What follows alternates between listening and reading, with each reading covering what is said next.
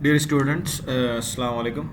Online classes के सिलसिले में आज हमारी जो क्लास चल रही थी नॉर्मलाइजेशन के ऊपर फोर्थ ईयर की, उसके ऊपर हम चेक करते हैं मज़ीद। उसके ऊपर डिस्कशन करनी है हमने। और जो लास्ट टाइम हमने पढ़ा था वो हमने पढ़ा था नॉर्मलाइजेशन में second normal form. Second normal form में मैंने आपको ये चीज़ बताई थी कि अगर आप सेकंड नॉर्मल फॉर्म में टेबल को लेके जाना चाहते हैं तो उसके लिए शर्त यह है कि टेबल फर्स्ट जो है वो पहले तो होना चाहिए, क्या नाम है, फर्स्ट नॉर्मल फॉर्म में। और फर्स्ट नॉर्मल फॉर्म के बाद उसके अंदर जो पार्शियल डिपेंडेंसी है वो ख़त्म हो जानी चाहिए। और पार्शियल डिपेंडेंसी मैंने बताई थी वो क्या चीज़ होती है। पार्शियल डिपेंडेंसी ये है कि आपके टेबल के अंदर जो प्राइमरी की है, जितने भी कॉलम है बाकी जो प्राइमरी की के अलावा हैं, जैसे इस टेबल में 5 थे, वो सब के सब प्राइमरी की पे डिपेंड करें। ये शर्त है कि ये फुल डिपेंडेंसी है, ये ठीक है।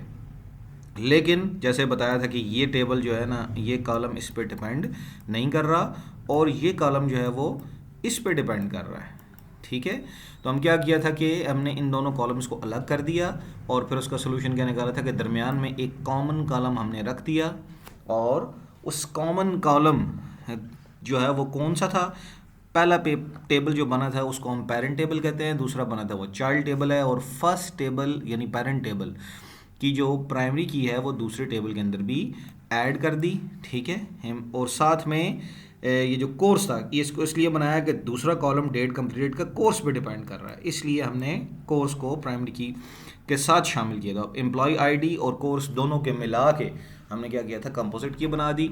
इससे क्या हुआ कि ये दोनों टेबल आपस में कनेक्ट भी हो गए, इनके दरमियान रिलेशनशिप भी क्रिएट हो जाएगा क्योंकि एक कॉमन कॉलम है दोनों के दरमियान। और हमारी जो रिपीटिशन वाला मसला आ रहा है और पार्शियल डिपेंडेंसी वाला जो मसला आ रहा था वो हमारा ख़त्म हो गया। पार्शियल डिपेंडेंसी वाला भी और रिपीटिशन वाला दोनों चीज़ें अब जो हैं वो ख़त्म हो गई। अब हमारे पास ये प्रॉब्लम ख़त्म हो। अब हम आते हैं इसके बाद ट्रांजिटिव डिपेंडेंसी पे कि ये क्या होती है, क्यों ज़रूरत पड़ती है। ट्रांजिटिव डिपेंडेंसी ये है कि अब बात होगी नॉन प्राइमरी की। अब बात होगी नॉन प्राइमरी की। जब ऐसा हो जाए कि नॉन प्राइमरी की कॉलम्स, जो नॉन प्राइमरी की हैं, नॉन प्राइमरी की कॉलम्स ये क्या हों, ये डिपेंड करें किस पे डिपेंड करें जी, डिपेंड ऑन ईच अदर। मसलन ये मैंने बात क्यों कही कि अब इसमें जो स्टूडेंट आईडी है, नेम है, मेजर है, एडवाइज़र है, ये 4 कॉलम है। जब हम ट्रांजिटिव डिपेंडेंसी की बात करेंगे तो इसका मतलब क्या है कि टेबल के अंदर पार्शियल डिपेंडेंसी नहीं है। ट्रांजिटिव डिपेंडेंसी का मतलब ये है कि आप प्राइमरी की का जो कॉलम है ना उसको आप छोड़ दें फिलहाल, जो बाकी कॉलम है वो चेक करें।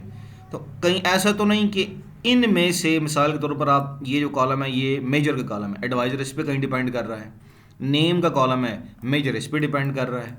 अगर ऐसी सूरत हाल आ जाए कि प्राइमरी की के अलावा जो बाकी कॉलम हैं वो एक दूसरे पे डिपेंड करें, प्राइमरी की पे ना डिपेंड करें, तो उसे हम क्या कहते हैं, ट्रांजिटिव डिपेंडेंसी।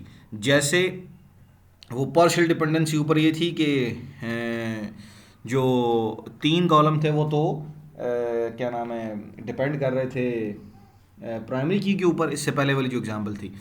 और जो कोर्स वाला था वो डिपेंड कर रहा था प्राइमरी की पे डिपेंड नहीं कर रहा था। और डेट मॉडिफाइड जो थी वो किस पे डिपेंड कर रहा था, डेट मॉडिफाइड जो डेट कंप्लीटेड डिपेंड कर रहा था कोर्स पे। तो अब इसमें जो डेट कंप्लीटेड है ये भी नॉन प्राइमरी की है और कोर्स भी यहाँ पे नॉन प्राइमरी की है। तो वो मतलब उस केस में तो पार्शियल डिपेंडेंसी थी ना, क्योंकि वहाँ पे प्राइमरी की एक थी, वहाँ पे पार्शियल डिपेंडेंसी की कुछ प्राइमरी की पे डिपेंड कर रहे हैं कुछ नहीं कर रहे। अब जब ये हमने सेकंड नॉर्मल फॉर्म में बना दिया तो उसके बाद ये मसला आता है। ट्रांजिटिव डिपेंडेंसी का मसला कब आता है कि जब टेबल हम सेकंड नॉर्मल फॉर्म में ले आते हैं उसके बाद ये प्रॉब्लम होता है। ये प्रॉब्लम कब होता है, आफ्टर, ठीक है, transforming the table in second normal form. तो तब ये प्रॉब्लम आता है, इससे पहले ये नहीं आता। मतलब आपने टेबल को सेकंड नॉर्मल फॉर्म में लिया और after removing partial dependencies, partial dependency आपने रिमूव कर दी, सेकंड नॉर्मल फॉर्म में आप ले आए, उसके बाद ये ट्रांजिटिव डिपेंडेंसी वाला प्रॉब्लम आएगा। तो हम देखते हैं जी कि ये क्या होगा। अब इसमें देखते हैं जी कि अब इसमें हो क्या रहा है कि यहाँ पे स्टूडेंट आईडी है, इरेजर से पहले मैं मिटा दूँ।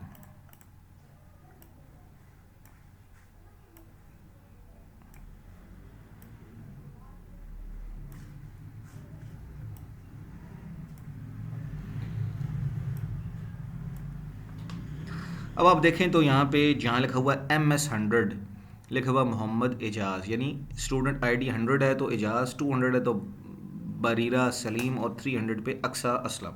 तो ये प्राइमरी की पे नेम तो डिपेंड कर रहा है, यहाँ प्राइमरी की चेंज हो रही है, साथ नेम भी चेंज हो रहा है।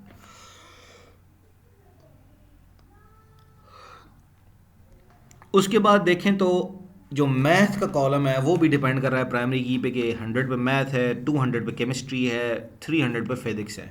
ये भी ठीक है कि नहीं। ये दो कॉलम जो है हमारे, ये दो कॉलम नेम वाला और मेजर वाला, ये दोनों किस पे डिपेंड कर रहे हैं, प्राइमरी की पे। एडवाइज़र देखते हैं कि क्या है। Professor Bashir Ahmad, professor Rauf Bhat, professor Asiya Ayesha Tanveer. Major student ID जो है उस पर मेजर और एडवाइज़र डिपेंड कर रहे हैं।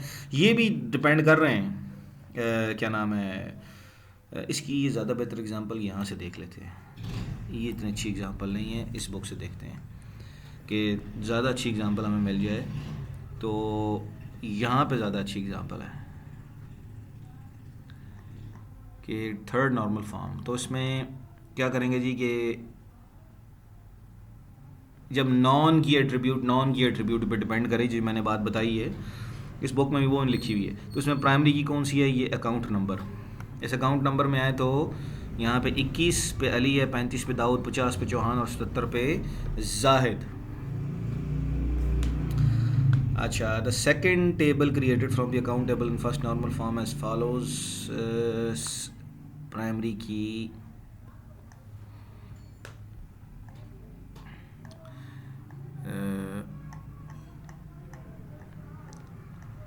के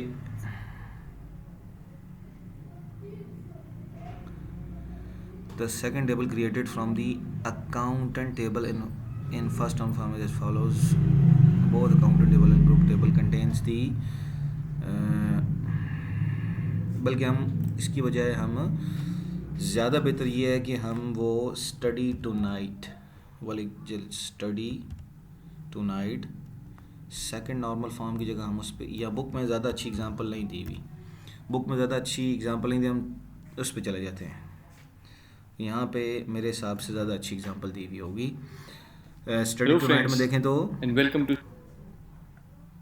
यहाँ बात हुई है कि सेकंड नॉर्मल फॉर्म जो है वो एक टेबल आपका जो है वो स्टूडेंट, सब्जेक्ट एंड स्कोर।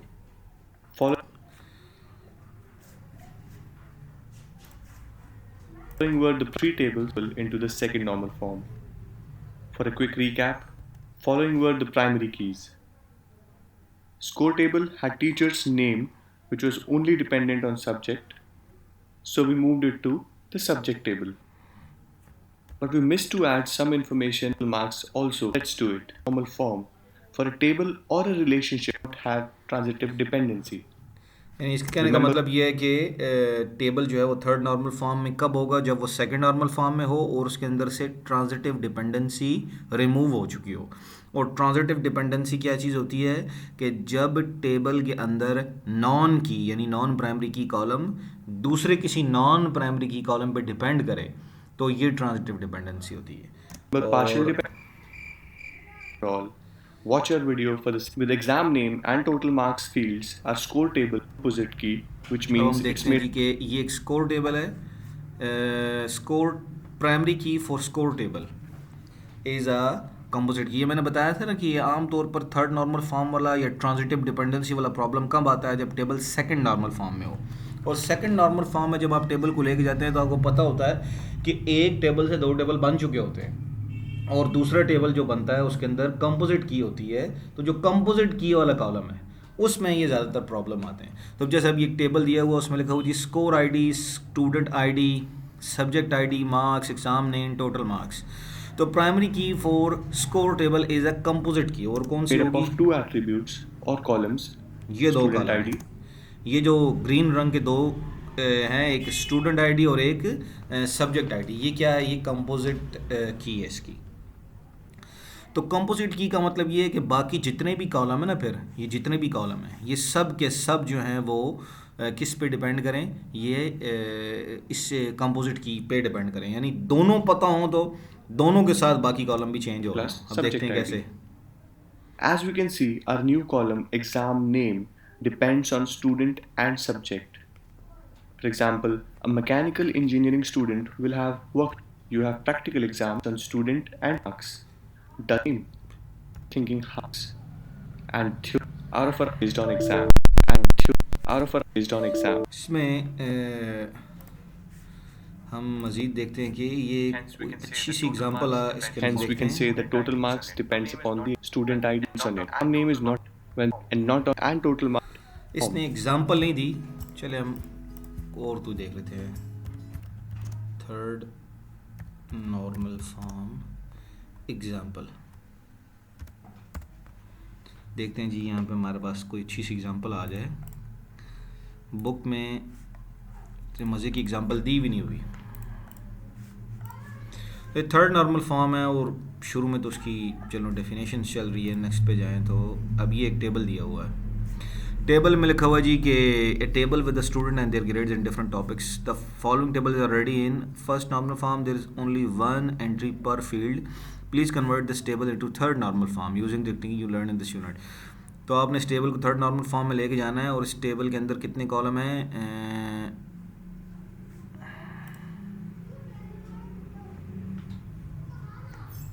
इसका सोल्यूशन दिया हुआ नहीं है। अच्छा, third normal form consider the following table. और इस टेबल के अंदर टेबल आपके पास book ID, genre ID, genre type और price. In the table book ID determines genre ID and genre ID determines genre type. Therefore book determines genre ID via we have a transitive functional dependency. ये भी अच्छी example, इतने मज़े की नहीं। It is normalization, database normalization, first normal form, second normal form, database foreign key, transitive dependency.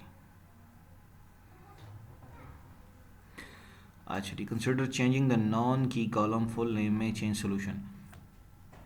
जैसे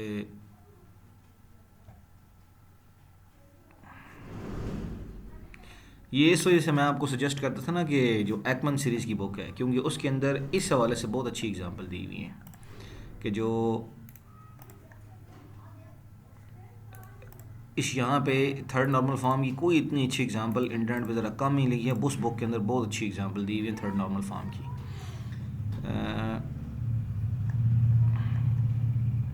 ये जी look at this some example understand. Primary key इस टेबल की जो है वो ये वाली है, पर्सनल आईडी वगैरह, कॉलम ए, कॉलम बी और ट्रांजिटिव डिपेंडेंसी।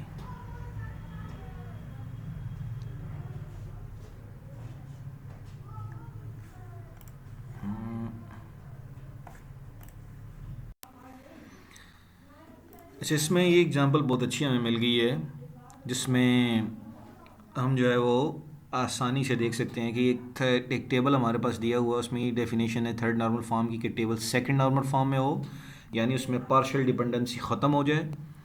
पार्शियल डिपेंडेंसी जैसे एक टेबल के हमने दो टेबल बनाए थे, और ट्रांजिटिव डिपेंडेंसी भी ना हो। अब ट्रांजिटिव डिपेंडेंसी कब आती है? जब पार्शियल डिपेंडेंसी ख़त्म हो जाती है, एक टेबल से आप मज़ीद दो टेबल बना देते हैं तो उसमें फिर आगे मज़ीद कुछ इशू आ सकते हैं। जैसे ये एक टेबल है और इस टेबल के अंदर प्राइमरी की जो है वो ये वाला कॉलम है, एम्प्लॉई आईडी। अब इसके अंदर एम्प्लॉई नेम है, एम्प्लॉई जिप यानी जिप कोड मतलब शहर के अंदर जो हमारा डाकखाने या जीपीओ वगैरह के लिए जो कोड होता है, फिर उसकी स्टेट, फिर सिटी, फिर डिस्ट्रिक्ट। तो ये मतलब एम्प्लॉई आईडी 1001, नाम जॉन है और उसका जिप कोड जो है 282005, यूपी उत्तर प्रदेश इंडिया का। एम्प्लॉय सिटी आगरा और डिस्ट्रिक्ट का नाम है दयाल बाग। इस तरह किसी की चेन्नई है, उसकी चेन्नई उत्तरा पखम और इस तरह पूरी, मतलब ये मुख्तलिफ डिस्ट्रिक्ट, सिटी और स्टेट्स हैं। अब इसमें जो है अगर हमें एम्प्लॉई आईडी पता है, जैसे आईडी पता है 1001 तो जॉन है, 1002 अजीत, 1006 लोरा, फिर लिली, फिर 12 स्टीव, ये सारे चेंज हो रहे हैं ये इसके साथ। इस तरह हमें जो 1001 है जॉन है तो साथ उसका जिप कोड अलग है, अजीत है उसका जिप कोड डिफरेंट है, लोरा इसका जिप कोड ये वाला, ठीक है। तो जैसे जैसे हमारा एम्प्लॉय आईडी चेंज हो रहा है, नेम भी चेंज हो रहा है और जिप कोड भी हमारे वो चेंज हो रहे हैं, जिसका मतलब है यहाँ तक भी एम्प्लॉय नेम और जिप कोड इस पे डिपेंड कर रहे हैं एम्प्लॉय आईडी पे। तो थर्ड में आते हैं एम्प्लॉय स्टेट। जो स्टेट है ये आप याद रखें, ये रियासत को कहते हैं और ये हर रियासत जो है उसके लिए हमें एम्प्लॉय आईडी का होना ज़रूरी नहीं है। रियासत किस पे डिपेंड कर रही होती है? अपने डाकखाने के कोड पे, ठीक है। ये सिंपल सा रूल है कि रियासत जो होती है या सूबा किस पे डिपेंड कर रहा होता है, ये उसका जो कोड होता है उस पर डिपेंड कर रहा होता है। तो अगर हमें ये एम्प्लॉय आईडी ना भी पता हो तो भी हमें खाली सिर्फ ये जिप कोड पता हो तो हमें पता होगा कि ये जो जिप कोड है 2800 ये उत्तर प्रदेश का है। इस तरह TN ये इसका कोड है। 1006 में अगर ये है तो उसका कोड, यानी स्टेट के जो स्टेट है ना, जो स्टेट है वो डिपेंड कर रही है जिप कोड। इस कर्नाटक का जिप कोड है 43,600,43600। तो अगर ये कॉलम यहाँ पे मिसाल के तौर पर आया हुआ होता है 43,600 और अटक लिखा होता है, तो हमें बेशक एम्प्लॉय कोड या आईडी ना भी पता होती तो भी सिर्फ जिप कोड पता होने की सूरत में भी हमें पता चल जाता कि ये अटक। यानी कहने का मतलब ये है कि एम्प्लॉय स्टेट जो है वो जिप कोड पे डिपेंड कर रही है, वो एम्प्लॉय आईडी पे डिपेंड नहीं कर रही, ठीक है। एम्प्लॉय आईडी अगर हमें ना भी पता हो, सिर्फ जिप कोड पता हो तो हमें पता चल जाएगा कि ये जिप कोड यूपी का है, ठीक है। अगर स्टेट है तो फिर उसके बाद स्टेट और आगे फिर जो सिटी है, यूपी की सिटी आगरा, ठीक है। तो स्टेट से आगे फिर ताल्लुक़ जो है वो सिटी का ताल्लुक़, जैसे स्टेट चेंज हो रही है आगे से सिटी चेंज हो रही है। तो यहाँ पे जो बताया जा रहा है कि जो एम्प्लॉय स्टेट है, सिटी और एम्प्लॉय डिस्ट्रिक्ट ये जिप पे डिपेंड कर रही हैं कि ये जिप कोड जो है ये इसके हिसाब से चेंज हो रही है। अगर हमें ये जो स्टेट होती हैं, सिटी होती हैं, डिस्ट्रिक्ट होते हैं, ये सारे किस पे डिपेंड करते हैं? ये उस डाकखाने के जीपीओ कोड पे डिपेंड करते हैं। तो यहाँ पे जो स्टेट है, सिटी है, डिस्ट्रिक्ट है, ये तीनों जिप कोड पे डिपेंड कर रहे हैं। अगर हमें जिप कोड पता हो तो हम ये तीनों बता सकते हैं, लेकिन मतलब होना असूलन ये चाहिए था कि ये जो कॉलम है ना, ये 3 कॉलम स्टेट, सिटी और डिस्ट्रिक्ट, इन 3 कॉलम्स को भी जो है वो एम्प्लॉय आईडी पे डिपेंड करना चाहिए क्योंकि एम्प्लॉय आईडी प्राइमरी की है। लेकिन ये 3 उस पे डिपेंड नहीं कर रहे बल्कि एक और एट्रीब्यूट पे डिपेंड कर रहे हैं जिसका नाम है जी एम्प्लॉय जिप। अब एम्प्लॉय जिप इस टेबल की प्राइमरी की नहीं है, तो कहने का मतलब क्या हुआ? ये नॉन प्राइमरी की है, नॉन प्राइमरी की है। तो जब इस तरह की सूरत हाल आ जाए कि हमारे पास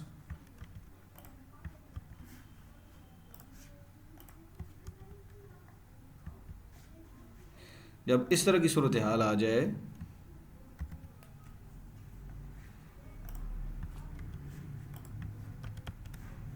कि हमारे पास टेबल के अंदर जो प्राइमरी की है वो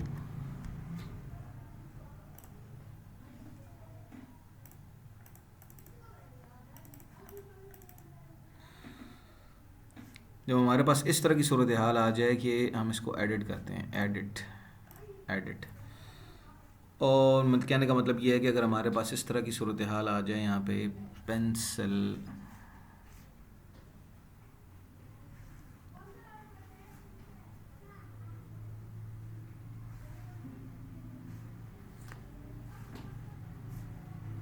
ये तो नहीं, यहाँ अगर इस तरह की सूरत हाल आ जाए कि स्टेट, सिटी और डिस्ट्रिक्ट जैसे ये तीन कॉलम हैं जो कि नॉन प्राइमरी की हैं, ये भी किसी ऐसे कॉलम पे डिपेंड करें जो खुद नॉन प्राइमरी की हो, तो इसे कहते हैं ट्रांजिटिव डिपेंडेंसी।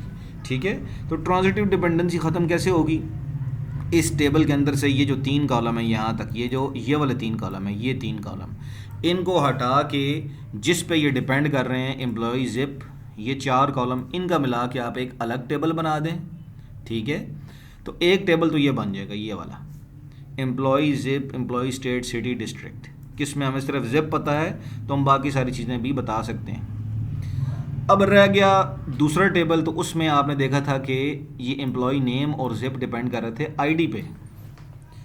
तो हम क्या करेंगे, एक और टेबल बनाएंगे और उसके अंदर एम्प्लॉय आईडी, नेम और जिप डाल देंगे। अब आप देखें कि एक कॉलम दोनों में कॉमन है, वो क्या है, जिप, और यहाँ पे भी एम्प्लॉय जिप।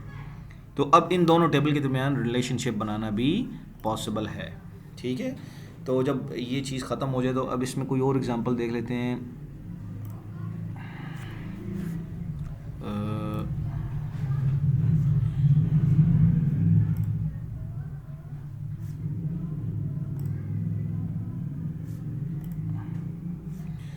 यहाँ पे अगर हमारे पास कोई और बेहतर एग्जांपल आ जाए,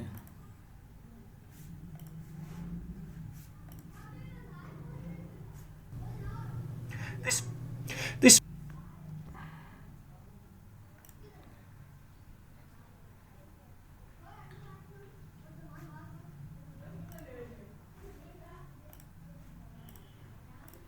इमेज एडिटर को मैं ज़रा बंद कर दूँ, इसकी ज़रूरत नहीं है।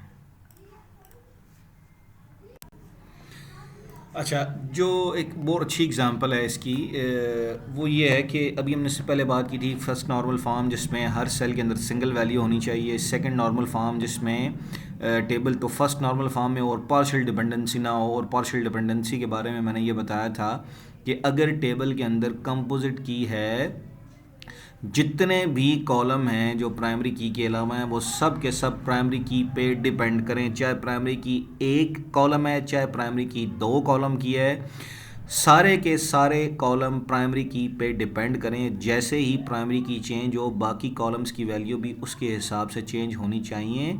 और जो कॉलम प्राइमरी की के साथ चेंज नहीं हो रहे या प्राइमरी की के दो कॉलम में से किसी एक पे डिपेंड कर रहे हैं तो ये पार्शियल डिपेंडेंसी है। पार्शियल डिपेंडेंसी का मतलब ये है कि टेबल के अंदर प्राइमरी की कंपोजिट है, एक या दो कॉलम पे दो कॉलम है, और जो बाकी कॉलम हैं वो उनमें से कुछ ऐसे हैं जो कि पूरी की पूरी प्राइमरी की पे डिपेंड कर रहे हैं यानी कंपोजिट की, और कुछ ऐसे हैं जो कंपोजिट की के आधे हिस्से पे डिपेंड कर रहे हैं, किसी एक कॉलम पे या किसी दूसरे कॉलम पे, पूरी प्राइमरी की पे डिपेंड नहीं कर रहे। तो हम क्या करते हैं, उस टेबल को तकसीम करके उसके दो हिस्से कर देते हैं। ठीक है, अब यहाँ पे जो थर्ड नॉर्मल फॉर्म है वो ये है कि यहाँ पे टेबल है आपके पास, एक कोर्स टाइटल का टेबल है, और कोर्स टाइटल के टेबल में आप देख सकते हैं कि यहाँ पे कोर्स टाइटल है, फ़ी है, क्वालिफ़िकेशन है, टीचर आईडी और टीचर नेम है। और यहाँ पे जो प्राइमरी की है वो कोर्स टाइटल है। तो अगर आपको कोर्स टाइटल पता है कंप्यूटर साइंस, उसकी फ़ी 2000 है और क्वालिफ़िकेशन उसकी एडवांस लेवल, मैथमेटिक्स है 25 है, उसका क्वालिफ़िकेशन एडवांस लेवल, यानी क्वालिफ़िकेशन का मतलब ये है कि कोर्स टाइटल है तो उसके लिए कितनी आपकी क्वालिफ़िकेशन होनी चाहिए जब आपने ये कोर्स पढ़ना है। तो ये इसके लिए भी एडवांस लेवल, इसके लिए भी एडवांस लेवल, इसके लिए म्यूज़िक के लिए डिप्लोमा चाहिए आपको, बायोलॉजी के लिए आपको सिर्फ सर्टिफिकेट चाहिए, और इकोनॉमिक्स के लिए आपको डिप्लोमा चाहिए मतलब। लेकिन इसमें आप देखें एक चीज़ जो है, ये सेकंड जो दो कॉलम है ना, टीचर आईडी और टीचर नेम, अगर आपको आईडी पता है तो आपको नेम पता है। इसका मतलब क्या है कि ये जो टीचर आईडी है और टीचर नेम है ये कोर्स टाइटल पे डिपेंड नहीं कर रहे, बल्कि ये टीचर नेम टीचर आईडी पे डिपेंड कर रहा है। ये बिल्कुल वाज़ेह है। तो ऐसी सूरत हाल में ये क्या है, ये ट्रांजिटिव डिपेंडेंसी क्यों बनती है? क्योंकि टीचर आईडी भी नॉन प्राइमरी की है और टीचर नेम भी नॉन प्राइमरी की है। जब नॉन प्राइमरी की नॉन प्राइमरी की पे डिपेंड करे तो ये ट्रांजिटिव डिपेंडेंसी होती है। और इसका हम क्या हल निकालते हैं कि इसको तकसीम करते हैं, दो हिस्सों में बनाते हैं। तो पहले टेबल में तो ये पहले 3 कॉलम आ जाएंगे एज इट इज़। जो दूसरा टेबल बनेगा उसमें टीचर आईडी आएगा, टीचर नेम आएगा, लेकिन साथ में एक जो पहले टेबल की प्राइमरी की है वो भी इसमें आएगी। वो अब देखते हैं कि कैसे हम करते हैं। Seem a little out of place. So you'd be forgiven of a course, due to the course primary key to a problem. If the teacher ID to it becomes a different name. To put this title and the teacher name dependency between the teacher name and the course title, and that the teacher ID is ID and the course title. It's just another way of transitive form. तो हम इसके अंदर क्या करते हैं कि दो table बनाते हैं। अब उसमें चूंकि बात ऐसे थी कि जो कोर्स टाइटल था उसके ये दोनों मेथड चल जाते हैं कि या आप एक तरीका ऐसे कर लें कि कोर्स टाइटल क्वालिफ़िकेशन पहला टेबल और दूसरा टेबल जो आप बनाएंगे उसमें आप टीचर आईडी और टीचर नेम डालेंगे, लेकिन दरमियान में एक कॉमन कॉलम होना चाहिए। अब वो कॉमन कॉलम कौन सा होगा? वो कॉमन कॉलम ये हो सकता है कि जो पहले टेबल की प्राइमरी की है वो दूसरे टेबल के अंदर आ जाए। ये तरीका जो हमने किया था ये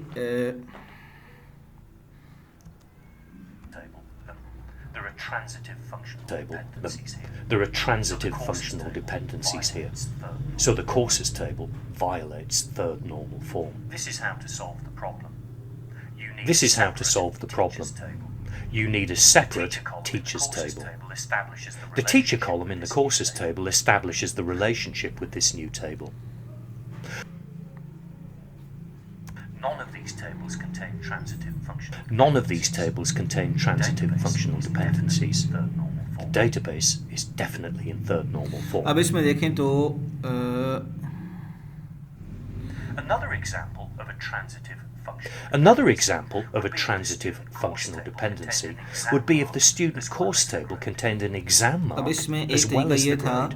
कि जो टीचर आईडी है उसको पहले टेबल के साथ जोड़ दें कॉमन कॉलम, या फिर कोर्स टाइटल को उसके साथ क्या नाम है दूसरे टेबल जो सेकंड वाला टीचर वाला टेबल है उसके साथ आप क्या करें कोर्स फ़ी क्वालिफ़िकेशन टीचर को इधर ना ऐड करें, बल्कि टीचर आईडी नेम और जो सेकंड कॉलम है टेबल है उसके अंदर जो है वो आप कोर्स टाइटल डाल के और दोनों को कंपोजिट की बना दें। वो तरीका भी सही है, ये तरीका भी ठीक है कि कोर्स टाइटल फ़ी क्वालिफ़िकेशन और जो सेकंड टेबल है उसका जो कॉलम है वो पहले के साथ ऐड कर दें, या सेकंड टेबल के अंदर जो कोर्स वाला टेबल है उसका कोर्स टाइटल चेंज करें। इस मेथड में पहले टेबल के अंदर 4 कॉलम बन गए हैं। अगर जो मैंने तरीका बताया उसके अंदर क्या होता है कि पहले के अंदर 3 रहते, दूसरे में भी 3 बन जाते। इसी की एक और एग्जांपल देख लेते हैं कि course table contained an exam mark. अब इसमें as well आईडी as है, the कोर्स grade. टाइटल है, एग्जाम मार्क है, ग्रेड है। The grade is derived from the mark. The अब इसमें grade is प्रॉब्लम ये आती है derived जो from the ग्रेड mark. होते हैं वो नंबरों के हिसाब से मिलते हैं। 90% से अबव पे ए मिलता है, 70% से अबव पे बी मिलता है, 60% या उससे अबव पे सी मिलता है, ठीक है, 70% पे बी मिल रहा है अबव पे, और 50% से अबव पे सी मिल रहा है, ठीक है, इस तरह 50% अबव पे सी मिल रहा है, एंड ए 80% से अबव पे मिल रहा होगा। तो ये जो ग्रेड है ये नंबरों के हिसाब से है। प्राइमरी की इस टेबल की जो है वो आईडी है, ठीक है, आईडी और कोर्स टाइटल है, या आईडी ही होगी। Now, arguably, you shouldn't store any attribute. Now, arguably, you shouldn't store any attribute in the database if you can calculate it from something else, mark and the grade in this table. अब इस table की जो primary की है वो composite check- की है, वो आईडी और कोर्स टाइटल है, लेकिन इसमें प्रॉब्लम ये आ रहा है कि जो ग्रेड है वो मार्क्स पे डिपेंड कर रहा है। तो अब प्रॉब्लम क्या है कि ये ट्रांजिटिव डिपेंडेंसी है क्योंकि दोनों कॉलम जो हैं वो नॉन प्राइमरी की हैं। तो इसका हल क्या होगा? इसका हल ये होगा कि आप इन दोनों कॉलम्स को अलग करें और इसमें आईडी कोर्स ये एक टेबल बन जाएगा। Change the value. You need to change the functionally dependent. Change the value. You need to change the functionally dependent. Let's stick mark with just the grade in this data results. Let's stick with just the grade in this data results. Let's stick the students table in this database. Let's stick the students Might tell you table that in if this you were storing database. postal addresses in Might the tell you students that if you were storing then postal these addresses in the might- students That's table, it. then इसका हल these ये है कि should आप point- क्या करेंगे, Now ID और course को एक रखेंगे और साथ में एक जो है वो अब ये जो है मतलब इसके अंदर एक इसके अंदर प्राइमरी की चूँकि नहीं बताई गई, अगर प्राइमरी की बताई गई होती, ये मैंने खुद से सपोज़ किया कि आईडी और कोर्स टाइटल है, ये उसने पैक्ट एग्जांपल नहीं बताई, अगर प्राइमरी की आईडी है तो आप क्या करेंगे, इस टेबल के अंदर ये आईडी और कोर्स टाइटल ये एक टेबल बनेगा, जो दूसरा टेबल बनेगा उसके अंदर आएगा एग्ज़ाम मार्क, ग्रेड और आईडी, एक कॉलम दोनों में कॉमन आएगा। अब एक एग्जांपल और है जिसमें आईडी है, first name, last name, marital status, street address, town और कंट्री। तो अब इसमें जो फर्स्ट नेम है, लास्ट नेम है, मैरिटल स्टेटस जो है वो यहाँ तक तो समझ आ रही है कि ये चीज़ जो है वो आईडी पता हो तो आप बता सकते हैं कि ये आईडी जिस बंदे की उसका नाम क्या माना है वो सिंगल है, जिसकी आईडी 2 है उसका नाम मार्विन है और वो भी सिंगल, इस तरह यहाँ तक। तो स्ट्रीट एड्रेस पता हो तो स्ट्रीट एड्रेस, अगर हमें इसमें लंदन टाउन पता हो ना तो हम उसकी कंट्री बता सकते हैं। Table is cities here, town, and a new street address. For a start, addresses often have missing information to become a simple clues you account for. Are there any items normal and they start to become unmanageable? यहाँ ये example Anything that नहीं looks like कुछ और बता रहा है। every student. If you'd start place with its normal form, the data तो must यहाँ कहने का मतलब transpose. ये है कि आप कुछ एग्जांपल्स जो हैं वो ख़ुद देखेंगे इंटरनेट पे। मैंने मतलब आपको कुछ एग्जांपल्स बताई हैं, फर्स्ट नॉर्मल फॉर्म की, सेकंड नॉर्मल फॉर्म की और थर्ड नॉर्मल फॉर्म की। पेपर के अंदर थर्ड नॉर्मल फॉर्म तक आता है, अगर ज़रूरत पड़ी तो कल के लेक्चर में मैं बॉयज़ कॉड नॉर्मल फॉर्म भी पढ़ा दूंगा। अब आपने करना क्या, आपने क्या करना है कि इंटरनेट पे नॉर्मल फॉर्म एग्जांपल्स इस तरह लिखें, नॉर्मल फॉर्म एग्जांपल्स, और ये जो एग्जांपल्स आपके सामने आएंगी बहुत सारी, ये जहाँ से आपको बिगनर्स बुक इस तरह मतलब कहीं से भी आपको मिलती हैं, आप आराम सुकून के साथ जो है ना वो बैठ के उसे देखें, उसे पढ़ें। जो नहीं समझ आती उसकी पिक्चर बनाएं, मुझे ग्रुप पे शेयर कर दें, मैं उसके ऊपर कोशिश करूँगा कि आपको वॉइस मैसेज भेज के उसकी एक्सप्लेनेशन दे दूँ। जैसे अब यहाँ पे कुछ एग्जांपल्स आई हैं, ये आप देखें, यहाँ पे कुछ एग्जांपल्स आई हैं, ये आप देखें, और इसके नीचे जो स्टेटमेंट लिखी हुई है उसे पढ़ने की कोशिश करें, ठीक है। इस तरह यहाँ पे भी एग्जांपल हैं, आप उनको देखेंगे, ये एग्जांपल्स को आप पढ़ेंगे, उनके नीचे जो टेक्स्ट दिया हुआ उसे पढ़ेंगे, आपको समझ आ जाएगी। अगर आपको समझ नहीं आती तो आप क्या करेंगे, जो ऐसा नहीं समझ आया उसकी पिक्चर बनाएं, या जिस जगह से समझ नहीं आया और वो मुझे भेज दें, मैं उसके ऊपर आपको वॉइस मैसेज में एक्सप्लेनेशन भेज दूँगा, ठीक है। कल हम कोशिश करेंगे बॉयज़ कॉड नॉर्मल फॉर्म करें कि शायद उसके अंदर से कोई क्वेश्चन पेपर में आ जाए। तब तक के लिए अल्लाह हाफ़िज़, अस्सलाम वालेकुम।